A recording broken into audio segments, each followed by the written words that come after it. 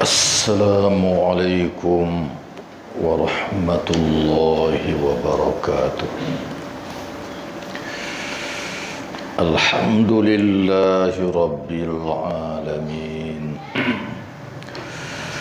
Wassalatu wassalamu ala ashrafil anbiya'i wal mursalin wa ala alihi wa sahbihi ajma'in, amma ba'd. Yang dihormati dan dikasihi Al-Fadil Tuan Imam pada pagi ini, Fadil Ustaz Hussein, datang jauh dia Imam Ciputan hari ini bersama dengan sahabat dia Abang Jamil Fadil Ustaz Syukri SU Surau, Abang Li Abdul Hadi Bilal, seterusnya muslimin, Ustaz Nordin Bendahari Surau, seterusnya muslimin dan muslimat yang saya hormati dan saya kasihi sekalian. Alhamdulillah, pada pagi hari Jumaat yang mulia ini kita meluangkan sedikit masa mendengar beberapa hadis daripada Nabi SAW. Kita masih lagi berada di dalam tajuk besarnya Kitabul Hajj, kitab berkenaan dengan haji. Pada malam ini tajuk kecil yang ke-34 tajuk kecil yang ke-34, muka surat 391, nombor hadisnya 689. Berbekam bagi orang yang sedang berihram.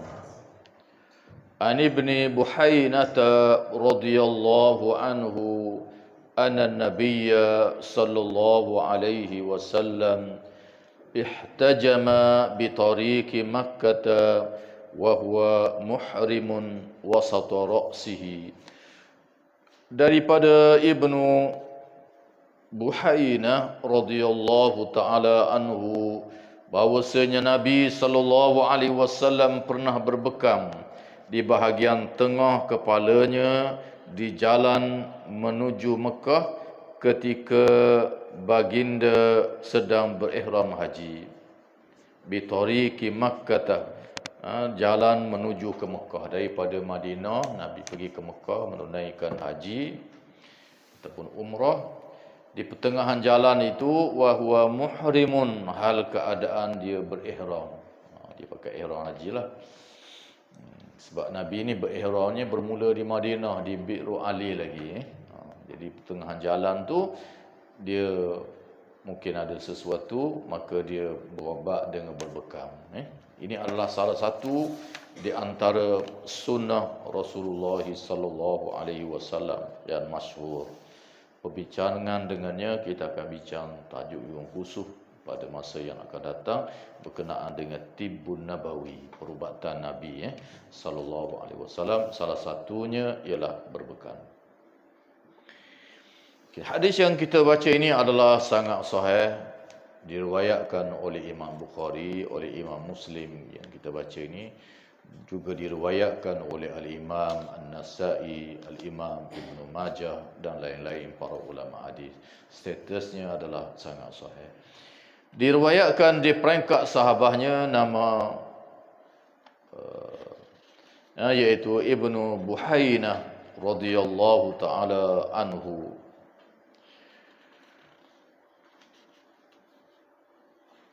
Beliau ni adalah seorang sahabat yang para ulama hadis mengkategorikan sebagai as-sabiqun al-awwalun, generasi awal yang memeluk Islam di Makkah Al-Mukarramah. Kemudian berhijrah ke Al-Madinatul Munawwarah bersama dengan Rasulullah sallallahu alaihi wasallam, seorang sahabat yang alim yang juga banyak meriwayatkan hadis, termasuk dalam Bukhari ini, dalam Muslim dan lain-lain. Dan acap kali dah kita bertemu. Beliau ini matinya masa kerajaan Muawiyah bin Abi Sufyan. Lama juga lah dia. Jadi dia banyak meriwayatkan daripada Nabi sallallahu alaihi wasallam. Al-Imam An-Nawawi rahimahullahu ta'ala anhu di dalam kitab dia Syarah Sahih Muslim ketika dia menghuraikan hadis ini, beliau menyatakan berdasarkan kepada hadis yang kita baca ini dan banyak lagi hadis-hadis yang seumpama ini, menyatakan ataupun membolehkan ataupun disyariatkan untuk kita berbekan, termasuklah semasa kita memakai ihram haji dan ihram umrah. Boleh bekan juga. Keluar darah pun tak apa. Keluar darah ni tidak membatalkan umrah dan haji kita. Puasa pun kita juga tak membatalkan. Boleh nak berbekan. Tidak menjadi halangan.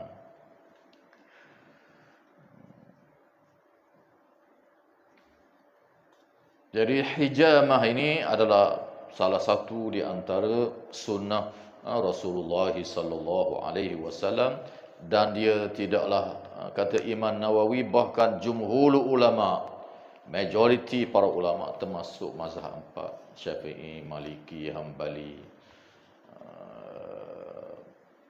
dan juga mazhab Hanafi, Imam Abu Hanifah, Imam Syafi'i, Imam Malik, Imam Syafi'i, Imam Ahmad, dan jumhur ulama, majoriti ulama menyatakan bahawa hukumnya harus berbekan, taklah membatalkan ihram kita.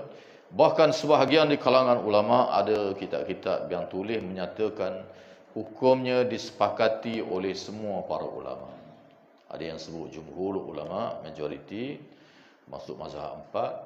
Ada di antara ulama, antaranya Abdullah Bassam, dalam buku dia berkenaan dengan syarah kitab Bulughul Maram, dia yang mati tahun 2003, seorang ulama besar daripada Saudi. Dia kata bersepakat para ulama dari pelbagai aliran dan mazhab yang mengharuskan untuk melakukan berbekan ini.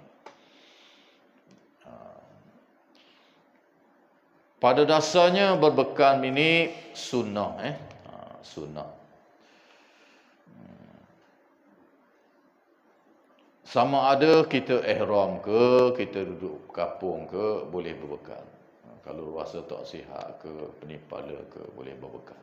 Dan berbekan ini, kata para ulama, di seluruh tubuh juga boleh, di kepala boleh, di tekak boleh, atas belakang boleh, ataupun mana-mana tempat lah.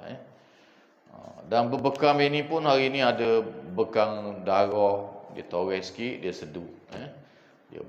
Dia seduk dengan udara tak ada.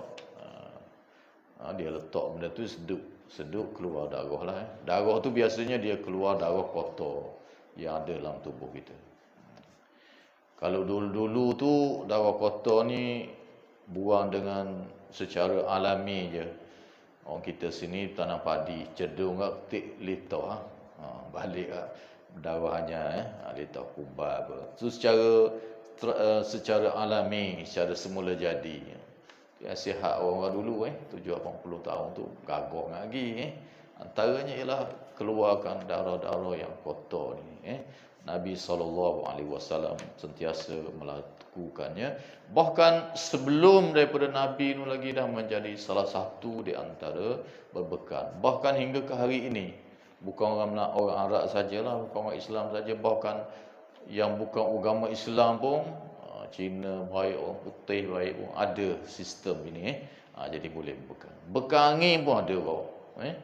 Angin banyak dalam tubuh pun dia boleh ada, dipanggil berbekan angin. Berapa puluh secawang dia tu Bali? Tak tahu. 50 ya, 50 ya sebekah secawang dia tu botol belakang. Atas kita lah nak, kalau hikmah juga tu 50 tu. 2 teh 100. 4 teh 200 dah. Gitulah lebih kurang lebih kurang begitulah harganya, atau mungkin lebih murah lagi. Sebahagian di kalangan saya tengok dalam buku-buku perubatan itu ada hari-hari yang tertentu. 3 hari dalam sebulan dan seumpamanya.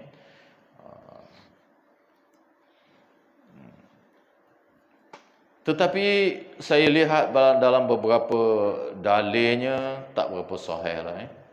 Berbekam tu sahih. Ada dalam Bukhari, ada dalam Muslim, ada dalam sunan-sunan. Termasuk dalam Sunan Tirmizi. Nabi kata sebaik-baik perubatan ini antaranya yang afdalnya kata Nabi ialah dengan berbekam. Artinya sabit dalam hadis-hadis yang sahih dalam Bukhari, Muslim kita, termasuk yang kita baca hari ini. Cuma saya lihat tentang hari-hari yang tertentu tu, hari yang ke-17 umpamanya, hari yang ke-19 dia kata, hari yang ke-21 dalam bulan-bulan Hijriah ini, hadis-hadis berhubung dengannya tidak berapa sahih. Kalau nak ikut pun tak menjadi halangan. Antara yang diriwayatkan oleh Imam Baihaqi, dia kata hari yang ke-17 tu molek, hari yang ke-17. Walau bagaimanapun hadis ini dikaji oleh para ulama hadis termasuk Syekh Nasruddin Albani sama kita ni dan juga ulama-ulama sebelum mengatakan status hadis ini dhaif. Jadi hujah betul tu tak boleh lah, tak sahih kerana ada perawi di dalamnya berstatus dhaif. Begitu juga beberapa riwayat yang lain, bahkan ada dalam Abi Daud hari 17, hari 19, 21 juga para ulama mengkategorikan statusnya adalah dhaif kerana ada kelemahan dari sudut sanad dan sebagainya. Yang sahih sungguhnya berbekam ini ya sunnah. Ikutlah hari-hari apa pun. Okay, cuba kita tengok hadis yang seterusnya. Hadis yang seterusnya, tajuk yang ke-35, mengubati mata bagi orang yang sedang berihram. Sakit mata boleh berubat tak? Boleh. Berubat yang lain pun tak apa. Hospital penuh musim haji. Termasuk Malaysia kita 30,000 orang lebih pun ada hospital siapa. Tabung haji menyediakan ada hospitalnya di Mekah. 6 tingkat juga. Penuh orang. Saya pun pernah masuk buat juga. Tu yang tahu tu. Pun sepatutnya mari doktor pakar beberapa hari, tapi duduk sekejap esok balik dah. Rupanya orang ramai nak masuk pulak ni tak ada tempat dah. Jadi orang boleh balik tu dia suruh balik lah. Bahkan hospital tempat kita gitu juga. Kalau ikutnya dah habis masa lagi, perlu rawatan lagi, tapi oleh kerana dah nampak stabil dah ni, ambulans punya semua mari hari-hari ni, terpaksa kena keluar juga. Begitulah di Mekah, apatah lagi tempat yang begitu ramai. Okay. Jadi apa-apa saja boleh berubat. Bukan termasuklah berbekam. Walaupun berdahang ke, nak buat apa ke, boleh. Tak menjadi halangan. Cuba tengok tajuk yang ke-35, mengubati mata bagi orang yang sedang berihram. Boleh tak nak berubat mata? Pun boleh. Cuba tengok hadis nombor 690. An Nubiyah ibnu Wahbin qal kharajna ma'a abana ibni Uthman hatta idza kunna bimalal ishtaka Umaru ibnu Ubaidillah ainaihi falamma kunna birrawha ishtadda waja'uhu fa arsala ila aban ibni Uthman yas'aluhu fa arsala ilaihi أنضمدهما بالصبر فإن عثمان رضي الله عنه حدث عن رسول الله صلى الله عليه وسلم في الرجل إذا اشتكى عينيه وهو محرم ضمدهما بالصبر. Daripada Nubaih ibnu Wahbin, dia berkata, kami pernah pergi haji bersama dengan Aban bin Uthman rahimahullahu ta'ala anhu.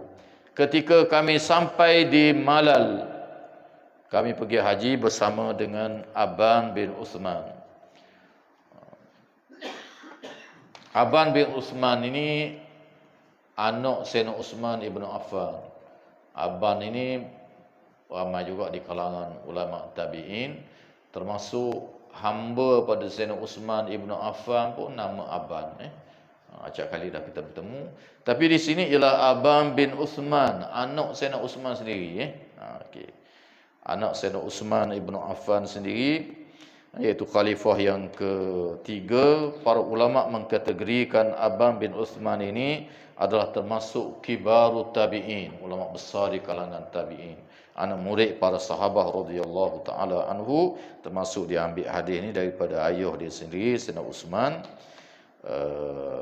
Termasuklah daripada Abdullah bin Umar, Abdullah bin Abbas dan lain-lain para sahabat radhiyallahu taala anhu. Dia ni lahir 20 Hijrah. Tahun 20 Hijrah, Nabi mati dah lah 10 tahun lepas Nabi wafat. Anak Sayyidina Uthman ni, dan dia kemudian banyak memberi sumbangan yang besar bekas anak khalifah. Termasuklah dia pernah menjadi gubernur di Al-Madinatu Al-Munawwarah di zaman pemerintahan Bani Umayyah. Pernah jadi gubernur di Madinah. Beliau ni wafat pada tahun 105 Hijrah, zaman kerajaan Bani Umayyah. Jadi beliau merupakan tempat rujukan juga dalam sejarah Islam, terutama dari sudut keilmuan. Termasuk hadis yang kita baca ini, para ulama yang meriwayatkan hadis ini di peringkat tabi'in juga ni, dia menceritakan, kami pernah pergi menunaikan haji bersama dengan Aban bin Uthman, anak Sayyidina Uthman ni. Ketika kami sampai di Malal, Malal ini kata para ulama hadis masuk Al-Imam An-Nawawi, iaitu satu tempat di antara Madinah dengan Mekah. Dalam perjalanan tu satu tempat nama dia Malal. Sebahagian mengatakan, kata Al-Imam An-Nawawi, sebahagian ulama mengatakan Al-Malal ini tempat lebih kurang 18 batu daripada Madinah. Baru lagi daripada Madinah. Sebahagian ulama kata dalam 22 batu daripada Madinah. Dalam perjalanan daripada Madinah ke Mekah, nak pergi menunaikan haji itu, satu tempat akan lalu nama Malal. Apabila sampai di sini, Umar bin Ubaidillah matanya sakit. Ini pun ulama di peringkat tabi'in juga sakit, yang berserta dengan rombongan ini. Dan berlaku di Rawha adalah juga satu tempat yang masyhur, yang acap kali dah kita bertemu dalam hadis bab haji ini, iaitu Rawha ni di antara Madinah dengan Mekah. Di pertengahan jalan itu, orang yang bernama Umar bin Ubaidillah ni sakit. Sakitnya sakit mata dan bertambah parah. Maka dia telah mengutus seseorang kepada Aban bin Uthman untuk menanyakannya. Apabila Umar bin Ubaidillah ni sakit, lalu dia pergi tanya, hantar utusan tanya kepada Aban bin Uthman, yang juga turut serta dalam rombongan haji ini, anak Sayyidina Uthman ibn Affan. Lagu mana? Ulama zaman dulu ni tahu belaka juga, termasuk hak perubatan, bukan hak agama lah. Tanya belaka. Sebab Nabi ada mengajar belaka. Nanti insya-Allah kita akan jumpa satu tajuk dalam kitab kita ni, iaitu perubatan Nabi. Banyak jenis juga perubatan Nabi. Lalu Aban mengirim pesan agar mata Umar tersebut diubati dengan as-sabir. Diubati dengan as-sabir.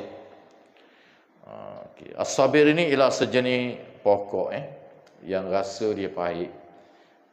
Perah ambil air dia, titik dalam mata, buat ubat sakit mata.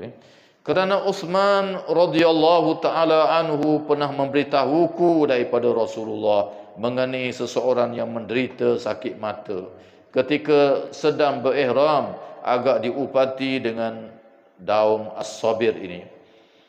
Jadi Aban bin Uthman ini, dia meriwayatkan hadis ini daripada ayah dia, daripada Uthman bin Affan.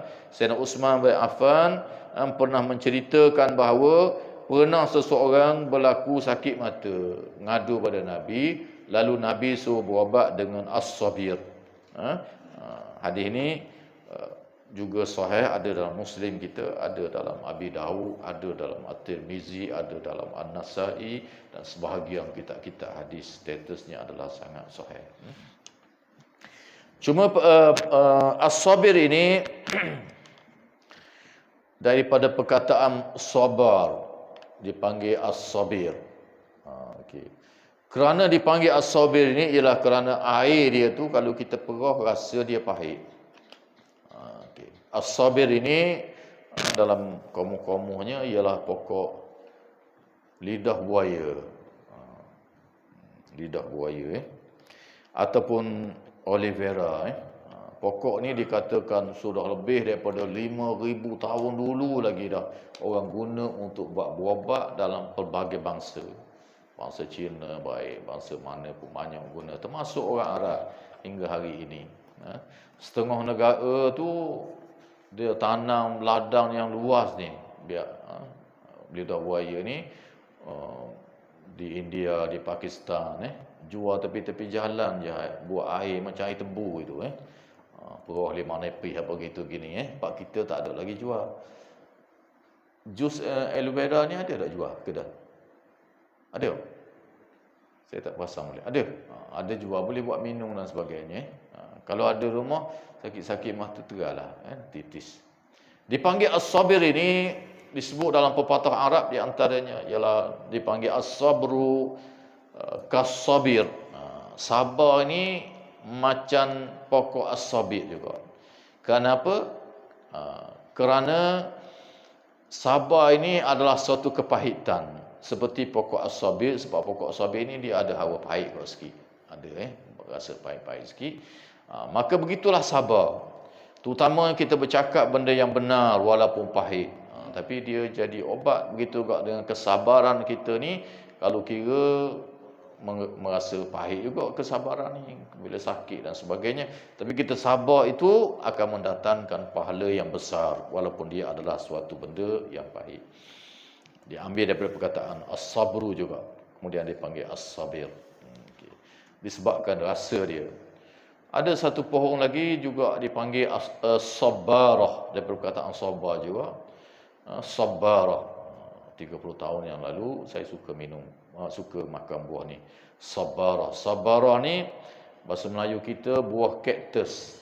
Kalau orang pergi ke Mekah, negeri Arab, banyak pokok ni, kaktus Kaktus dia besar tinggi lebih kurang surau kita ni lah di ladang dia, duri penuh. Dia buah pun banyak duri. Sebab itu dipanggil sabbarah, daripada perkataan sabar. Kerana nak makan dia tu payah sikitlah, ada duri. Kena buang dulu duri tu Orang yang jual buah ni tepi-tepi jalan pakai sarung tangan. Macam jual buah durian lah. Kalau tak ada sarung tangan, payahlah, duri penuh Jadi nak lihat, biasanya kita beli tu, orang jual tu koyok siap-siap selalu. Nak 1 kilo ke 2 kilo ke dia koyok, dia buat Mekah, ambil makan je.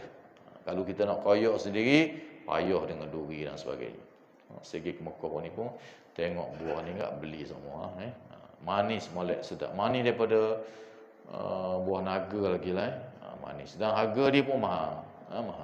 Kalau di Syria saya ingat dulu antara buah yang mahal lah banyak di Syria pun banyak, di padang pasir khususnya Dan kalau ada orang yang ada kebun pokok sabbarah ni, pokok kaktus ni, maknanya orang tu kaya lah. Macam ada kebun kurma juga lah Kalau tempat kita, kalau dulu-dulu masa saya kecil-kecil kat pokok duku ada pokok duku kaya Saya pernah tanya orang Arab yang ada kebunnya, saya tanya, ni pokok tinggi macam tinggi surau kita ni umur berapa tahun ni? Dia kata umur 70 hingga 80, bahkan lebih daripada itu. 80 tahun tinggi itu tu pokok kaktus. Setiap daun dia tu ada buah ni, cotek penuh dia keliling daun dia tu Satu daun dia tu saja ada mungkin berbelah-belah biji Tapi nak ambil tu payahlah duri. Sebab tu dipanggil sabbarah. Kena sabarlah nak ambil, nak koyok, nak makan tu kena sabar okay.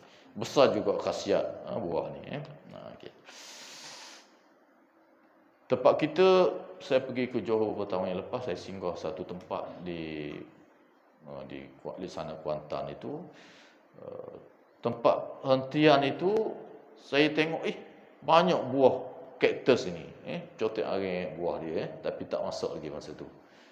Geram kau tengok, biasa makan benda yang kita biasa makan ni rasa nak makan tengok kat dah okey. Tengok buah muting jarang-jarang tu rasa nak makan lah kita Tapi budak lain tak kenal pun Kita biasa makan dulu-dulu ni, jumpa jarang-jarang tu terliur rasa, teringat nostalgia zaman budak-budak okey.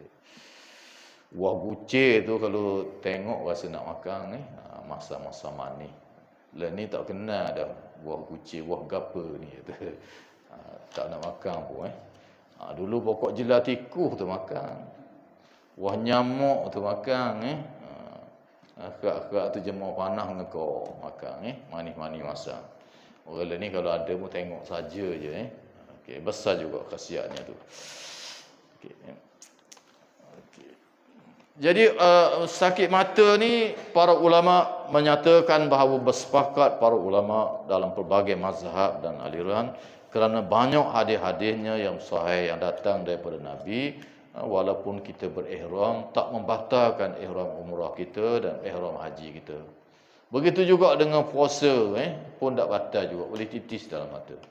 Dalam Ramadan tahun ni pun ada seorang sahabat telefon saya, dia kata boleh tak nak titik obat mata. Betulan saya ni jual obat mata.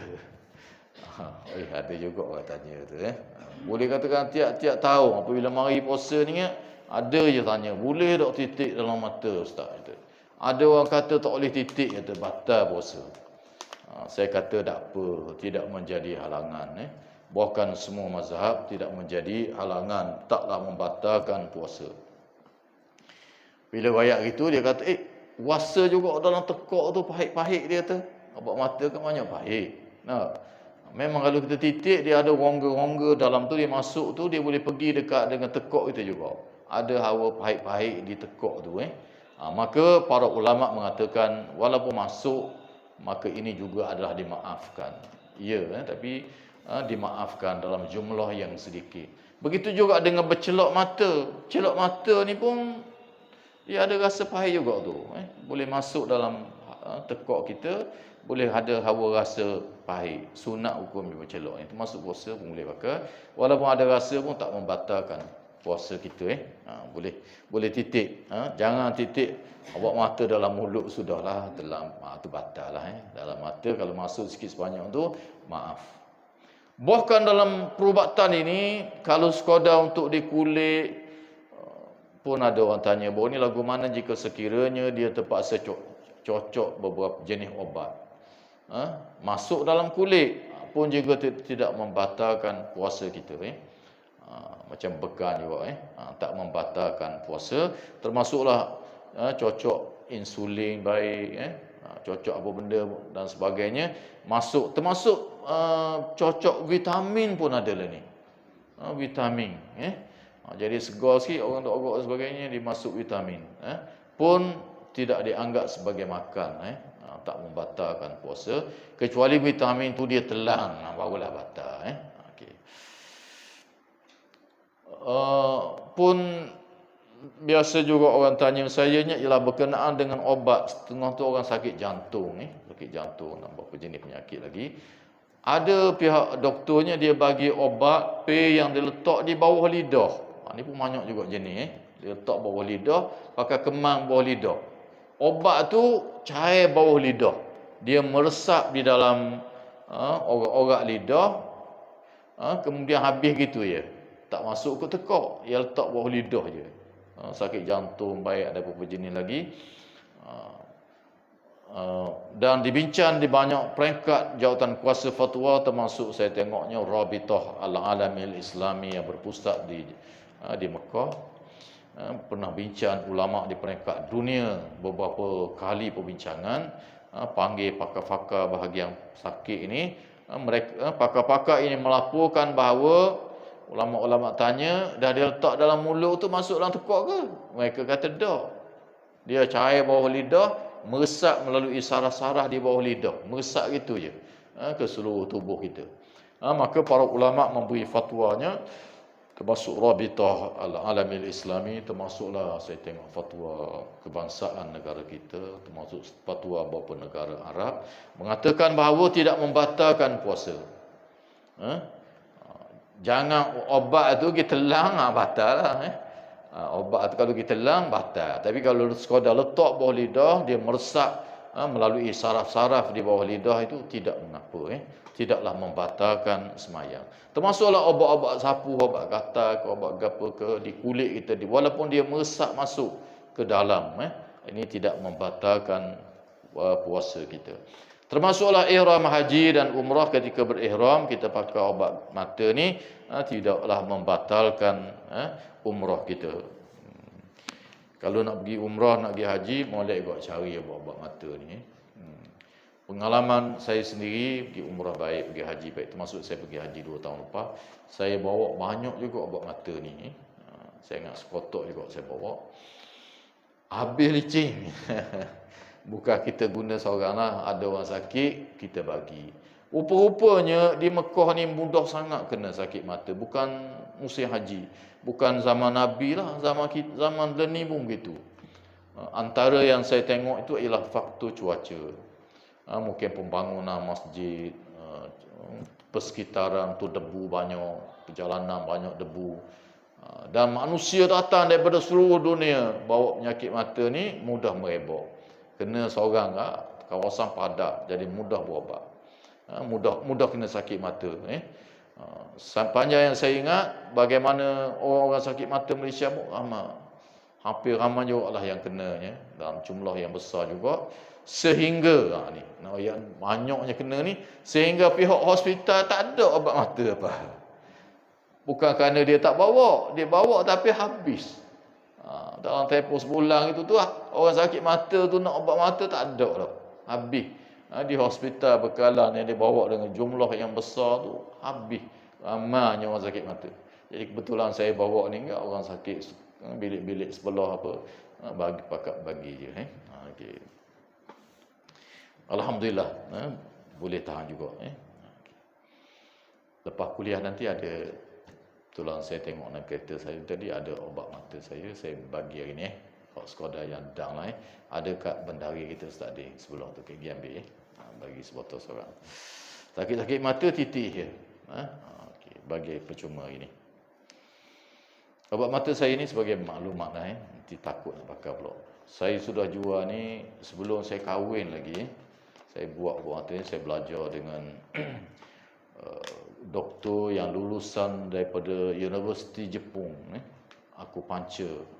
Termasuk saya belajar beberapa herbopati dengan dia, termasuklah buat obat mata.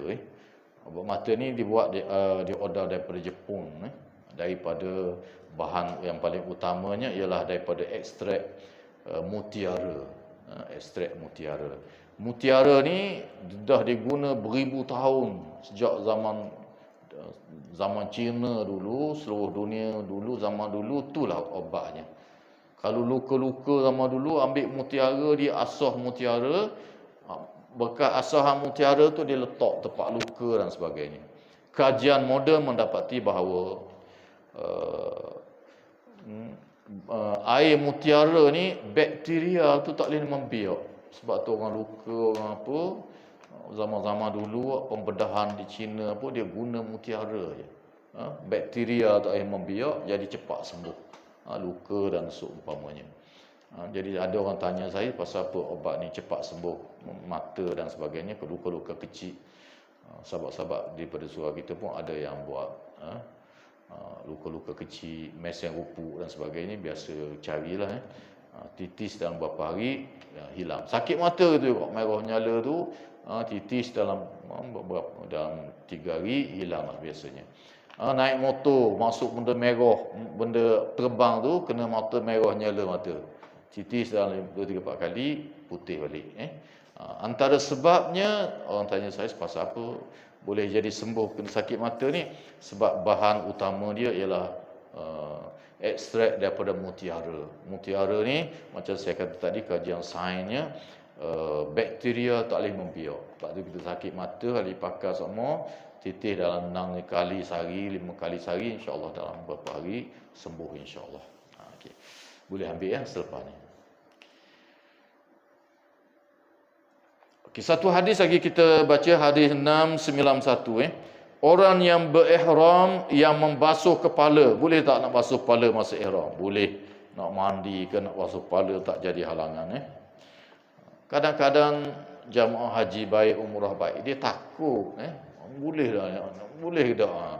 Nak ada dengar pula orang kata tak boleh. Jadi susahlah. Benda tu boleh sebagai contoh. Kalau tapi kita tak tahu sungguh, kena tanya orang yang tahu. Jangan pakai senyap gitu je. Okey. Setengah tu siapa nak makan takut. Di Arafah baik, di Mina baik. Kita tak makan kata ini. Makan pun sikit-sikit je makan. Saya tanya pasal apa tak berani makan. Alasan dia kata makan kan takut nak buang air kata. Takut buang air besar, air kecil. Minum air pun tak apa nak berani. Dah orang juta. Tandah tu bagi 20 orang sepitu. Malah nak bagi tadi malah nak bagi takut sakit perut apa gitu gini. Siapa tak makan, bayangkan beberapa hari makan takut mati dalam makan, tapi tak makan banyak. Memang takut nak buang air tu payah. Tandah dia tu bagi ramai. Tu satu hal. Apatah lagi benda-benda lain kat sakit dan sebagainya. Banyaklah perkara yang mengelirukan dan membimbangkan. Boleh ke tak boleh dia kata. Okay. Jadi sekadar nak mandi, nak basuh kepala, semua mazhab boleh belaka. Saya tengok dalam pelbagai mazhab tidak menjadi halangan kerana hadis-hadisnya sahih. Ada dalam Bukhari, Muslim, termasuk hadis yang kita baca pada pagi ini yang nombor 691. An Abdullah ibn Hunain an Abdullah ibn Abbas wal Miswar ibn Makhramah radhiyallahu anhum annahuma ikhtalafa bil abwa'i faqala Abdullah ibn Abbas yaghsilul muhrimu ra'sahu wa qala al Miswar la yaghsilul muhrim ra'sahu ila akhir hadis. Hadis ini panjang kita tengok terjemahan dia. Dari Abdullah bin Hunain, daripada Abdullah ibnu Abbas dan juga daripada Miswar bin Makhramah radhiyallahu anhuma bahawa keduanya pernah berbeza pendapat berlaku di Abwa, satu tempat nama Abwa antara Madinah ke Mekah. Abdullah ibnu Abbas berkata orang yang berihram boleh membasuh kepala. Miswar berkata orang yang berihram tidak boleh membasuh kepala. Lalu Ibnu Abbas mengutus Abdullah bin Hunain untuk menemui Abu Ayyub Al-Ansari radhiyallahu taala anhu untuk menanyakan hal tersebut. Kebetulan Abu Ayyub Al-Ansari ni sahabat yang terkenal ni menyertai rombongan haji yang berlaku dalam peristiwa tahun ini. Lalu Ibnu Abbas suruh pergi tanya Abu Ayyub Al-Ansari. Lalu aku temui Abu Ayyub, iaitu Abdullah bin Hunain ini menemui Abu Ayyub Al-Ansari. Jadi Abdullah bin Hunain ini perawi hadis kita ni di peringkat tabi'in, anak murid para sahabat, anak murid Ibnu Abbas, anak murid Miswar bin Makhramah, anak murid Abu Ayyub Al-Ansari, anak murid Sayyidina Ali karamallahu wajhah, dan ramai lagi para sahabat menjadi guru pada Abdullah bin Hunain. Abdullah bin Hunain ini para ulama mengkategorikan dia sebagai kibarut tabi'in, ulama besar di peringkat tabi'in. Perawi hadis yang terkenal, kalau belajar hadis ini salah seorang perawi hadis di peringkat tabi'in yang terkenal. Hadisnya ada dalam Bukhari, ada dalam Muslim yang kita baca ni, termasuk yang kita baca pagi ni, dan juga ada dalam kitab-kitab sunan. Nama dia Abdullah bin Hunain rahimahullahu taala anhu, ulama di peringkat tabi'in. Dia ni asal orang Madinah. Dan dia banyak meriwayatkan hadis-hadis daripada para sahabat Nabi sallallahu alaihi wasallam. Termasuklah daripada guru dia Abdullah ibnu Abbas, dan begitu juga daripada Miswar bin Makhramah. Jadi dalam peristiwa ini pernah berlaku dalam musafir ni, Abdullah ibnu Abbas ada, Miswar bin Makhramah pun ada. Tiba-tiba berlaku perselisihan pendapat di antara Abdullah ibnu Abbas dengan Miswar bin Makhramah ketika berada di Abwa, satu tempat di antara Madinah ke Mekah juga. Boleh tak nak basuh kepala? Ibnu Abbas kata boleh, Miswar kata tak boleh. Okay. Miswar bin Makhramah ni sahabat Nabi, anak saudara pada Abdurrahman bin Auf. Dia orang Mekah juga. Dan usia dia, kata para ulama, sezaman dengan Abdullah ibnu Abbas radhiyallahu taala anhu. Di mana beliau ni adalah anak saudara Abdurrahman bin Auf yang terkenal. Beliau ni Miswar ni lahir pada tahun 2 Hijrah. Maknanya Nabi mati itu dia umur 8 tahun. 8 tahun darjah berapa? Darjah 2 tau. Darjah 2. Walaupun dia darjah 2, tapi dia pun banyak meriwayatkan hadis daripada Nabi. Molek sekolah rendah ni boleh mari dengar dah hadis-hadis ni. Boleh riwayat dah. Bahkan pernah kita baca dulu Ar-Rabi', perawi hadis antara perawi yang sangat kecil zaman Nabi. Dalam Bukhari ada, dalam Muslim pun ada riwayat dia. Umur dia lah, kalau ikut sejarahnya ulama kaji umur 4 tahun. Zaman Nabi hidup tu, masa Nabi wafat tu dia umur 4 tahun. Tapi dia sudah boleh menceritakan yang apa berlaku di zaman Nabi SAW. Artinya Al-Imam An-Nawawi, Al-Imam Ibn Hajar dan lain-lain mengatakan bahawa kalau budak tu ingat, dia sudah boleh meriwayatkan hadis. Termasuk peringkat sahabat, ada yang umur 4 tahun sudah meriwayatkan hadis. Termasuk Ar-Rabi', Mahmud bin Ar-Rabi', seorang ulama di kalangan sahabat. Dia kemudian umur panjang pula lepas tu, banyak meriwayatkan hadis. Termasuk hadis yang pernah kita baca dulu daripada Ar-Rabi' ni. Ketika dia bermain dengan kawan-kawan dia dekat satu perigi kat telaga, Nabi mari. Kat telaga tu, Nabi cadok air, Nabi minum air, kemudian air dalam mulut Nabi tu, Nabi sembuh ke budak-budak. Bermain dengan budak-budak, tak salah bergurau dengan budak-budak. Pun tak salah lah, sebab Nabi ni ada keberkatan. Sebab dia sembuh gitu, boleh memberi keberkatan pada budak-budak. Kita dah ayah buat lah dah, tapi Nabi pun nak buat. Ar-Rabi' tu meriwayatkan masa tu, ketika tu umur dia lebih kurang 4 tahun. Artinya boleh, sudah dia boleh cerita, dia ingat dah, boleh. Tidak menjadi halangan. Saya sendiri pun masa saya kecil-kecil masih ada lagi segar dalam ingatan. Bersama dengan Tok Ki. Tok Ki ni kalau ikutnya saya tak sekolah lagi Bengali. Tapi masih ingat dalam segata dalam ingatan hingga ke hari ini. Naik atas belakang dia galah apa. Okey. Jika sekiranya ada ingatan yang seperti itu, boleh, tidak menjadi halangan. Boleh cerita, boleh apa, termasuk hadis-hadis. Okey. Tapi kebanyakannya kita lupa lah. Kalau sekolah rendah tu lupa dah. Darjah 1. Kalau nangis pergi sekolah tu, mungkin ingat lah dah. Darjah 1 tu. Sebahagian tu kita sendiri pun lupa. Apabila berlalu sejarah ni, kita lupa. Kawan-kawan sekolah kita pun 6 tahun pun jumpa, dah ingat dah. Dah kenal dah. Kalau kenal kita tu ada lagi. Tapi kita tak ingat dah dia. Pun berlaku. Sekolah menengah pun ada lagi tak kenal. Sebab sekolah rendah ni muka dia berubah lagi. Sekolah menengah ni kita dah berumur dah sikit, jarang sikit berubah. Pun kadang-kadang kita lupa lah. Apatah lagi benda-benda yang lain. Paling kurang kita rasa rajin tengok je. Tanya-tanya, sekolah sekali dulu. Tu dia. Begitulah kadang-kadang ingatan. Termasuklah dalam ilmu hadis ini, ada sahabat-sahabat yang kuat ingatan. Dia kecil pun dia sudah boleh riwayat. Termasuk Miswar ini. Zaman Nabi dia kecil. Dia tahun 2 Hijrah baru dia lahir.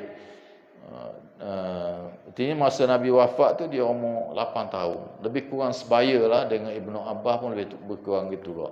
Ibnu Abbas ni lahir 3 tahun sebelum hijrah. Lahir Mekah lagi. Ketika Nabi wafat tu dia umur 13 tahun. Baru tingkatan 1. Tapi beribu hadis yang dia riwayat daripada Nabi sendiri yang dia dengar. Artinya ingatan dia kuat. Walaupun dia kecil lagi zaman Nabi SAW. Termasuk tafsir-tafsir Quran ni, ada hampir ke semua tafsir ayat 30 juzuk tu ada tafsir daripada Ibnu Abbas, sehingga dikumpul oleh para ulama 2 jilid tafsir Ibnu Abbas. Berkenaan dengan kemahiran dia Al-Quran, dan begitu juga dengan hadis. Jadi sahabat-sahabat pun kadang-kadang dia berselisih pendapat juga. Walaupun sahabat Nabi belakangnya, Abdullah bin Abbas pun sahabat, Miswar bin Makhramah pun sahabat. Pernah berlaku, kata Abdullah bin Hunay, 2 orang ni, orang ni kata boleh basuh kepala, orang ni kata tak boleh basuh kepala. Kerana ijtihad. Apabila berlaku ni, ada orang tanya, boleh tak? Tanya sahabat, boleh tak basuh kepala? Ibnu Abbas kata tak apa. Miswar kata tak boleh. Maka apabila berlawan begini, Abdullah ibnu Abbas hantar utusan bertemu dengan Abu Ayyub Al-Ansari, sahabat yang lebih tua, yang juga mengikuti rombongan haji ni. Pergi tanya dia. Abu Ayyub Al-Ansari ialah sahabat Nabi Madinah. Ketika Nabi hijrah, unta Nabi tu berhenti depan rumah dia. Maka dia duduk sekejap di rumah Abu Ayyub ni. Beliau ni umur panjang juga, sehingga zaman Muawiyah bin Abi Sufyan, peperangan kali yang pertama nak membuka kota Konstantinopel, kota kerajaan Byzantine, Istanbul hari ini. Dia wafat di perbatasan kota Istanbul ni. Wafat dalam peperangan ini, dan tawang bandar ni, dia mati situ, dikebumikan di bawah benteng pertahanan kota Istanbul. Hingga hari ini kubur dia ada di sana. Kalau orang pergi ke Turki, pergi melawat kubur Abu Ayyub Al-Ansari radhiyallahu taala anhu. Lalu utusan ini, Abdullah bin Hunain, ulama tabi'in ini pergi jumpa Abu Ayyub Al-Ansari, menanya hal tersebut. Aku temui Abu Ayyub yang tengah sedang mandi, ditabiri oleh kain yang dibentangkan di antara dua tiang. Gigi itu kawan ni tengah mandi. Lalu Abdullah bin Hunain berkata, aku ucapkan salam pada Abu Ayyub Al-Ansari. Assalamualaikum. Kawan tu tengah mandi. Para ulama kata, nak beri salam pada orang tengah mandi boleh. Tak jadi halangan. Semua mazhab boleh. Begitu orang tengah berwuduk ke, nak beri salam boleh. Tak menjadi halangan. Sabit dalam hadis-hadis yang banyak, termasuk hadis yang kita baca ni. Cuma Nabi larangnya orang qada hajat. Tengah buang air besar, air kecil, jangan beri salam lah.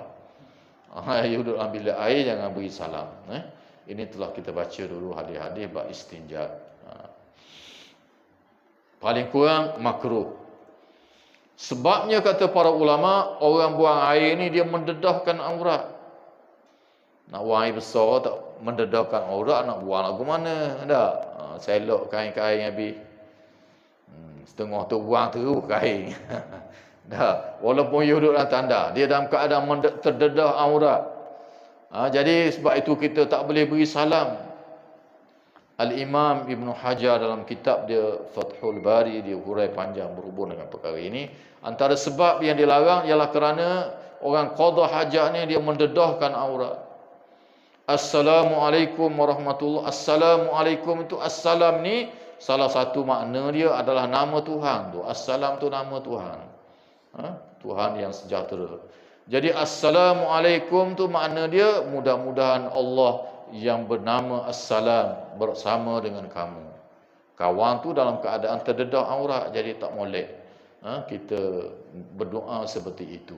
Bahkan Imam Ibn Hajar kata dikiaskan, kalau orang yang mendedahkan aurat pun, walaupun dia tak buang air, tak buang apa, tak tutup aurat, pun tak layak kita beri salam juga. Tak. Mendedah dalam keadaan mendedahkan aurat, laki baik, puan baik, tak payah beri salam orang macam ni, kata Al-Imam Ibn Hajar. Sebab dia sendiri tak menunaikan kewajipan yang wajib. Tiba-tiba kita beri salam, Assalamualaikum, mudah-mudahan Tuhan yang bernama Assalam bersama dengan kamu. Tak layak dia tu, tak payah beri. Apa begitu juga dengan orang duduk dalam bilik air dan seumpamanya, jangan. Jangan ikut P. Ramlee dan filem apa dia tu. Kawan tu dah bilik air, beri salam. Assalamualaikum, siapa di dalam, saya di luar, dia kata. Jangan ikut. Ada benda-benda yang tak boleh diikut, walaupun ada dalam filem-filem. Kadang-kadang ada benda boleh ikut, ada benda tu bercanggah dengan syariat, jangan ikut. Okay. Lalu Abdullah bin Husain pergi tengok Abu Ayyub ni sedang mandi. Lalu dia bertanya, siapa ini? Bapak beri salam, Abu Ayyub tanya, siapa ni? Aku jawab, aku adalah Abdullah bin Husain, yang diutus oleh Abdullah bin Abbas untuk bertanya kepadamu tentang bagaimana Rasulullah membasuh kepalanya ketika baginda sedang berihram. Maka Abu Ayyub merendahkan tabir kainnya dengan tangannya sehingga kepalanya terlihat olehku. Lalu dia katakan kepada seseorang, tuankanlah air. Maka orang tersebut menuankan air atas kepala Abu Ayyub Al-Ansari. Kemudian Abu Ayyub Al-Ansari menggosok kepalanya dengan kedua tangannya ke depan dan ke belakang. Lalu dia berkata, seperti inilah aku melihat Rasulullah sallallahu alaihi wasallam melakukannya. Allahu akbar.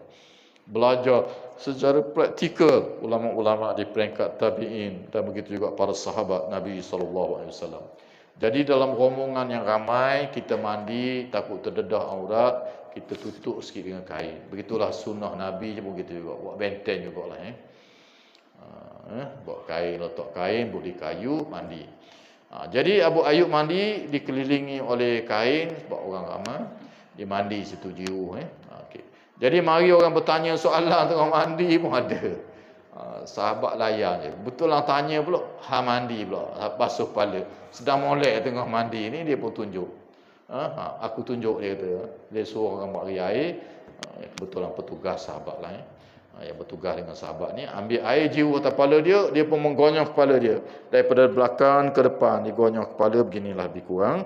Dia tunjuk kepada Abdullah bin Hunay ni, dia kata demikianlah aku tengok Nabi SAW yaf'al, melakukannya.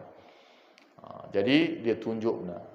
Maka jika sekiranya kita nak mandi dan nak gosok kepala, semua mazhab, semua aliran dalam Islam ini berdasarkan hadis-hadis yang banyak, termasuk hadis yang kita baca ini, maka boleh tidak menjadi halangan. Kena mandi juga. Musim sejuk apa masa ihram tak jadi halangan, tak membatalkan ihram kita, baik haji baik umrah. Boleh mandi. Ataupun nak basuh kepala saja pun tak apa. Biasa ni orang tanya, boleh tak basuh kepala Ustaz? Boleh, tak jadi halangan. Termasuk hadis yang kita baca ni. Terutamanya di musim panas. Pasal apa kita nak basuh kepala ni? Sebab kadang-kadang musim haji ni berlaku musim panas. Terutama sekarang ni musim panas.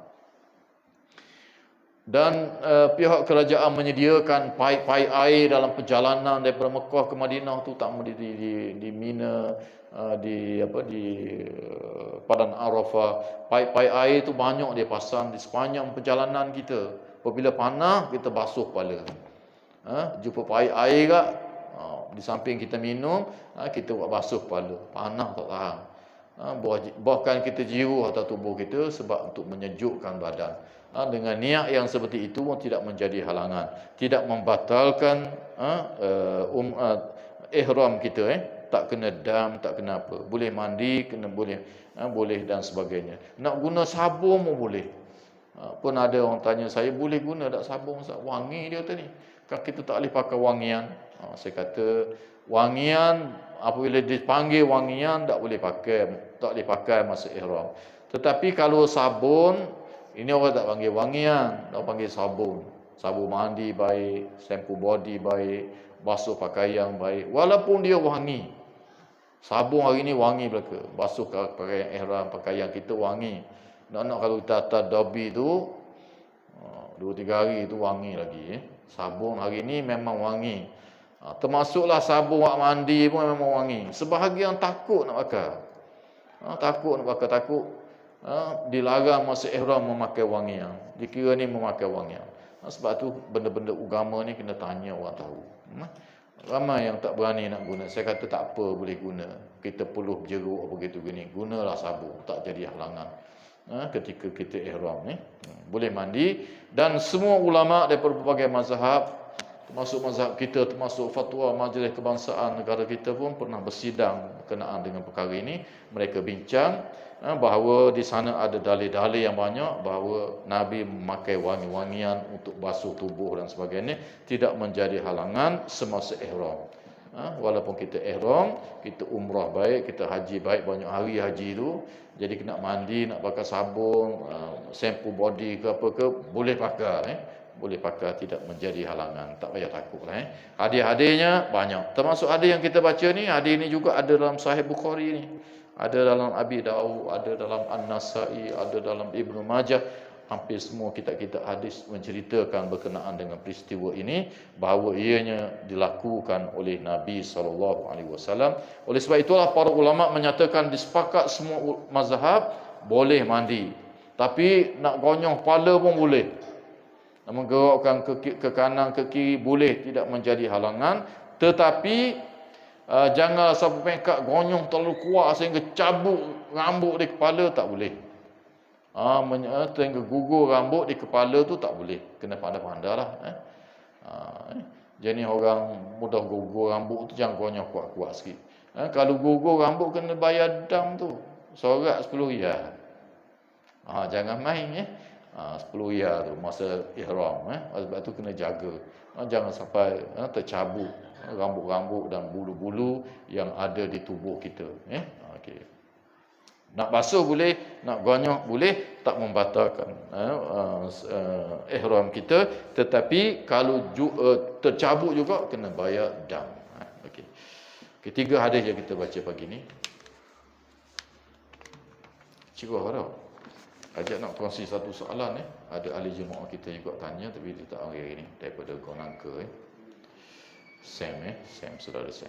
Dia tanya dia kata berkenaan dengan sikit seminit dua iaitu dia tanya lagu mana Ustaz berkenaan dengan kunut ni. Kunut yang baca dalam sembahyang witir ni. Lagu mana sebenarnya? Okey. Jadi sahabat kita ni dia kalau kunut subuh pun tak jarang baca jugalah dia pegang tak baca. Kecuali mari sembahyang berjemaah tu bacalah Okey, jadi pada dasarnya berkenaan dengan kunut ni hak subuh tu berlaku khilaf di kalangan ulama. Jumhur ulama, majoriti ulamanya tak baca kunut. Mazhab Hanafi, mazhab Hambali sebahagian besarnya tak baca kunut. Mazhab kita baca, sebahagian mazhab Maliki baca Jadi kalau kita bertemu orang baca tu tak ada jelah tangan Okey. Kalau kita bertemu orang tak baca pun tak usah kata apa, tak usah bacalah. Pergi Mekah, pergi Madinah sana tak baca. Di Syria pun mazhab Hanafi tempat saya duduk tu, saya duduk 3 tahun lebih juga. Lama-lama sekali baru jumpa tu imam mazhab Syafi'i baca kunut. Banyakkan tak bacalah kunut Okey. Begitu juga orang-orang Arab, banyakkan mazhab Hanafi di mazhab Hambali, Saudi baik apa baik termasuk masjid di sekitar kita ni di tahun lepas gitulah saya pergi kuliah subuh satu masjid. Imam di situ daripada Mesir. Mazhab Hanafi lah kita pergi panggil dia subuh hari tu tak baca kunut. Dia tak baca kunut okey. Bismillah pun kadang-kadang baca, kadang-kadang tak baca. Tak nak salah kat dia mazhab Hanafi, dia tak ajar baca, terutama sembahyang tarawih. Rakaat banyak. Biasa dia baca bismillah Fatihah ni tapi banyak-banyak tu kadang-kadang lupa nak baca bismillah. Tak ada salah ke dia tak ajar baca. Tiba-tiba dia ra'i kita ni dia baca. Kadang-kadang berlaku juga lupa. Jadi pagi tu tak baca kunut. Saya kuliah subuh situ. Dia tak sujud sahwi pula. Orang kita kalau tinggal kunut ni kita sunat abad kita kena sujud sahwi tapi kalau tak sujud sahwi pun sah. Lepas saya kuliah tu ramai mari. Dah apa ni Ustaz dah baca kunut ni tak ada sujud sahwi. Saya kata tak apa. Kunut ni pun sunat je kata mazhab kita. Kalau tak baca pun sah saya kata Tak sujud sahwi pun sunat juga kata sujud sahwi pun sah kata tak usah bimbang lah. Kita pergi panggil dia orang mazhab ni dia tak baca kunut kata. Cuma dia mari pak kita je dia baca. Bila dia baca itulah kadang-kadang jadi tak ingat. Dia ingat macam duk Mesir juga dah. Jadi dia tak baca lah terus rokok selalu. Daripada rokok tu terus sujud lalu. Tak baca Pada hari tu tak baca betul lah saya pergi tu. Okey, jadi kalau berlaku demikian tak apa, tak payah baca tak apa Persoalan begitu juga banyak tahun berlaku. Orang tanya sayanya berkenaan dengan witir ni. Sebab macam saya kata tadi lah termasuk masjid berdekatan dengan kita ni daripada Saudi, termasuk masjid Badakuang dalam beberapa tahun yang lalu daripada Saudi. Sembahyang tarawih ni, sembahyang witirnya awal Ramadan, 1 Ramadan tu baca kunut dah. Baca kunut dah. Orang Arab memang begitu. Di Saudi baik, di Madinah Malik, di Syria, di mana-mana pun sebahagian besar para ulama termasuk mazhab Maliki, mazhab Hanafi, mazhab Hambali, kunut ni dia baca dalam sembahyang witir sepanjang tahun, bukan bulan Ramadan je, sepanjang tahun dia baca kunut. Baca kunut. Mazhab Hanafi, mazhab Maliki, bahkan jumhur ulama, majoriti ulama, bahkan sebahagian ulama dalam mazhab Syafi'i pun, ulama besar kita pada melihat hadis-hadisnya, dia menggalakkan baca kunut dalam sembahyang witir. Cuma pandangan yang masyhur dalam mazhab kita dia panggil qaul mu'tamad adalah dalam bulan Ramadan je baca kunut dalam witir ni, iaitu hari yang ke-16 malam lah. Malam imam kita baca kunut dah Hari yang ke-16 baru baca kunut hingga habis Ramadan. Lepas tu tak ada pula kunut. Tapi kalau kita nak baca, sahabat kita tanya ni, kalau nak baca lagu mana? Boleh nak baca sepanjang tahun. Tiap-tiap malam, sembahyang witir ni bukan bulan Ramadan saja, ada sepanjang tahun. Jadi kalau nak baca boleh. Bahkan kita dah baca dulu dalam Sahih Muslim kita ni, bahawa sahabat Nabi nama iaitu Hasan bin Ali, cucu Nabi SAW, riwayat yang paling sahihnya yang ada dalam Sahih Muslim ini, bahawa lafaznya Husain kata, Hasan kata, Nabi sendiri ajar pada aku doa kunut dalam sembahyang witir. Dalam Sahih Muslim kita, hadis yang paling sahih berkenaan dengan kunut ni dalam sembahyang witir ialah ada dalam Sahih Muslim, begitu ada dalam Tirmizi dan lain-lainnya. Nabi ajar pada Hasannya baca setiap malam dalam solat witir. Sebab itu mazhab Hanafi, mazhab Hambali apa ni, dia baca sepanjang tahun. Bahkan sebahagian ulama dalam mazhab kita pun setengah pandangan mereka, kita itu baca sepanjang tahun juga. Sebab Nabi ajar sepanjang witir. Nabi suruh baca doa Allahumma hdini fiman hadait ni, yang sahihnya yang ada dalam Sahih Muslim, doa Allahumma hdini fiman hadait ini Nabi ajar pada Hasan baca kunut dalam sembahyang witir. Oleh kerana hak sembahyang subuh betul tu tak ada, maka mazhab kita pun dia ambil itu juga. Walaupun ada Imam Syafi'i sampai kepada dia riwayat Allahumma hdini ni baca dalam solat subuh, tapi dalam mazhab lain dia kata hadis ini tidak sahih. Maka mereka tak baca. Okey. Jadi kalau sembahyang baca kunut dalam sembahyang witir ini sabit dalam hadis-hadis yang sahih, termasuk dalam Muslim, Tirmizi dan lain-lain. Dan yang sahihnya bacaan sembahyang kunut ini dalam sembahyang witir boleh dibaca di sepanjang tahun. Saya sendiri pun kalau tak nak baca je. Walaupun bulan Ramadan pun baca, sebab hadis-hadis yang sahih berhubungnya sabit datang daripada Nabi, ada dalam Sahih Muslim kita dan juga dalam riwayat-riwayat lain yang sahih. Dan itulah yang paling sahihnya, Nabi ajar kepada Hasannya Allahumma hdini fiman hadait ini baca dalam sembahyang witir. Dan witir ni ada tiap-tiap malam. Jadi boleh baca, boleh baca. Dah orang tak baca, rasa kira orang lah. Kita belajar hadis, ianya sahih, ada dalam Muslim dan lain-lain, boleh baca. Bahkan sebahagian ulama, bahkan Imam Nawawi kata, kalau ikut aqwad dalil, dalil yang paling kuatnya, dia kata baca doa kunut dalam solat witir sepanjang tahun. Itulah paling yang kuat, kata Al-Imam Nawawi. Imam Nawawi ni ulama besar dalam mazhab Al-Imam Asy-Syafi'i. Dia tengok dengan dalil-dalilnya, pandangan ini lebih kuat dan lebih dekat dengan kebenaran sebab dia sabit dalam hadis-hadis yang sahih, termasuk dalam Muslim dan lain-lain. Bacalah lebih baik. Bila kita tahu, kita baca. Boleh pahala dah. Dan apatah lagi dia sabit datang dari Nabi SAW. Jadi kalau orang baca di awal Ramadan pula, saya kata apa? Kita je tak tahu. Benda ni saya lebih kurang 40 tahun dulu dah saya pernah bertemu dah ni. Masa saya belajar di Uniza dulu, masa tu pengarah daripada orang Melayu, orang Pemadam, pensyarah di universiti di Saudi. Masa tu Wan Mukhtar, kawan dia belajar di Azhar, ajak jadi pengarah. Kemudian dia ni hafal Quran, dia buat di Dewan Besar. Ramadan tu sembahyang tarawih di Ramadan. Pensyarah-pensyarah, pelajar-pelajar semua pergi. Malam pertama Ramadan tu dia baca kunut dah. Kejut habis pensyarah-pensyarah dak aja tengok. Maka di situ terdedah ilmu. Jadi 40 tahun dah saya dengar, tidak menjadi halangan. Boleh membaca kunut daripada awal Ramadan. Jadi sekarang pun begitu. Ustaz juga, Tok Imam mai tanya, "Mana ustaz ni? Agak awal bulan baca kunut selalu dah witir ni." Saya kata tak apa.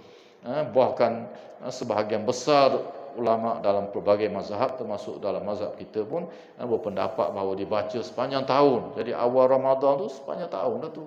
Jadi kalau orang baca, kita tadah je, tidak menjadi halangan dan tidak salah, bahkan sabit dengan hadis-hadis yang sahih dalam Muslim dan lain-lain. Sekadar itu saja kuliah kita pada pagi ini. Mudah-mudahan menambahkan ilmu pengetahuan yang meluas kepada kita, insya-Allah, yang berdasarkan kepada sumber yang sahih yang datang daripada Nabi. Aqulu qauli hadza wa astaghfirullahal azim li wa lakum. Wassalamualaikum warahmatullahi wabarakatuh.